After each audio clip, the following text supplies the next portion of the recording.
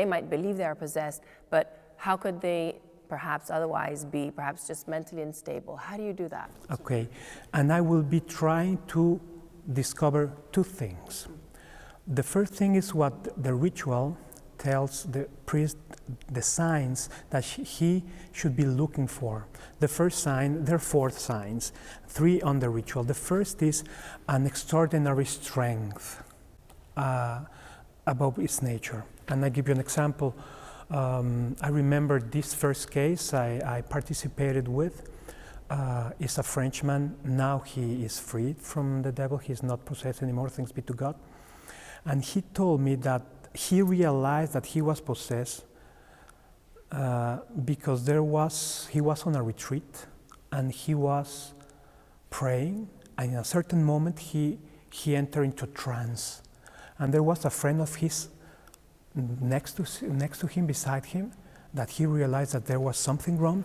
He touched him, here, and this guy took him with one hand, and he was able to raise him up and throw him away. Impossible for a human being to do that. It's physically impossible. So in that moment, his friend told him, there's something wrong happening here. So he saw an extraordinary strength. Okay, this is one of the signs. The second sign is what is called the knowledge of hidden things or faraway things. And I give you an example that I met this woman, one woman that I have been exorcising in Switzerland. She had a vision when she was receiving a blessing by another priest. And this vision, in this vision she saw the house of her dad, that is here in Italy, that we called it blue room. In the blue room, under the desk, there was a bag with guts, animal guts.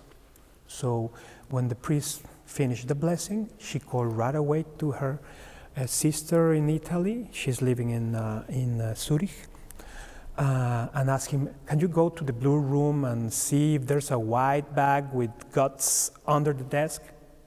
And so his brother went, her brother went, and he didn't find it.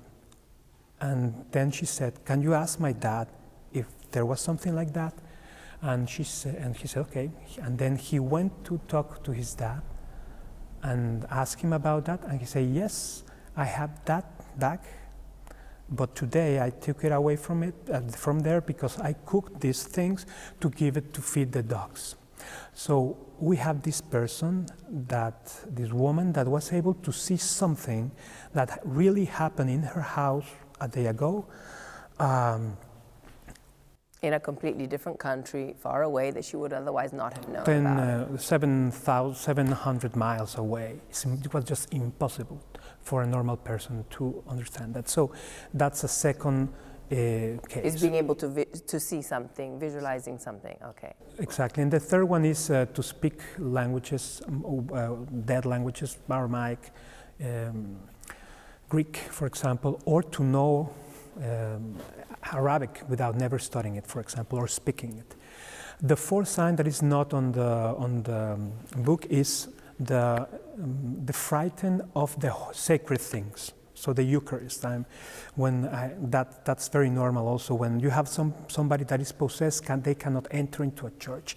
They feel uneasy, they don't want to be there. So it's called, in Italian, aversione al sacro, is the rejectal of the sacred things. So these are the four signs that I will be looking for in one hand. On the other... But you don't have to have all four. No. Right. No. Okay.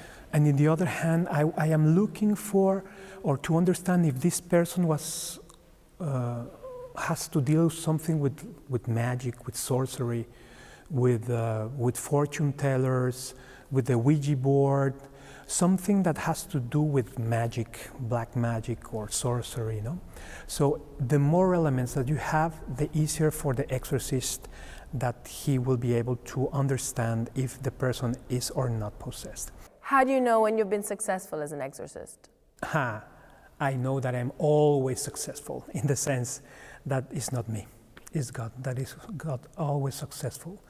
Every blessing is efficacious. Every blessing gives freedom to the person.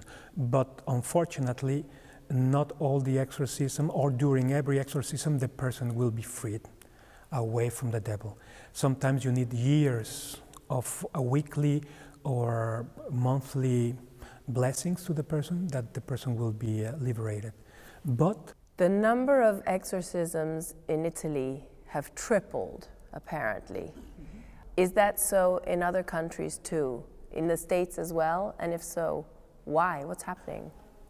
We can think that this number is increasing, just what you said, that it has tripled, because we have, speaking on Italy and Switzerland, for example, then I go to the United States, because we have an increase of exorcists in the diocese. Not all the dioceses have an exorcist, but we have some dioceses that they have increased their numbers.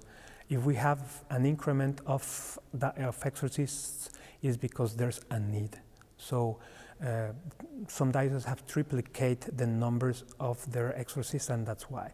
Actually, when I arrived to Switzerland, there was only one exorcist.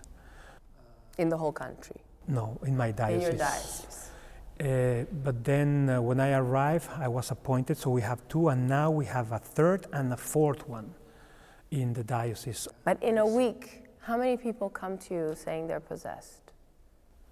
In a week. Just put it, since I'm living in a small village in Switzerland, I have once a week, every 10 days, that asks me, that calls me, that get in touch with me. For a priest living in the mountains, that's a lot. And you have some that you do one session and they're okay, or no, that doesn't it's happen. ongoing? It's an ongoing prayer. What advice do you give to someone who feels that they are possessed? What should they do? They should go to a priest, for sure, okay? If they're really into it. His parish priest will bring them to an exorcist if they have in the diocese. If you are speaking of a person that probably they think that they may have something and they don't want to go to a priest, I will just tell them, okay, just live a good Christian life. Go to Mass every Sunday. Take communion if you can, and if you can't, go to confess and then take communion. Pray every day. Try to be away from the sources of evil. Don't play the Ouija board, don't go to sorcerers or fortune tellers, Try to be closer to the light. Children can be possessed too. Yes. How do you explain that? How does God allow that to happen to innocent children? God, since the beginning of creation, wanted all intellectual beings to be free. Otherwise, it's not possible for me to love God. If I'm not free to love God, I am obliged to love Him. It's not love. I'm not free. I'm obliged to do it, okay? In this sense, God has permitted the action of the devil. Okay, my final question, of course, is how do you perform an exorcism?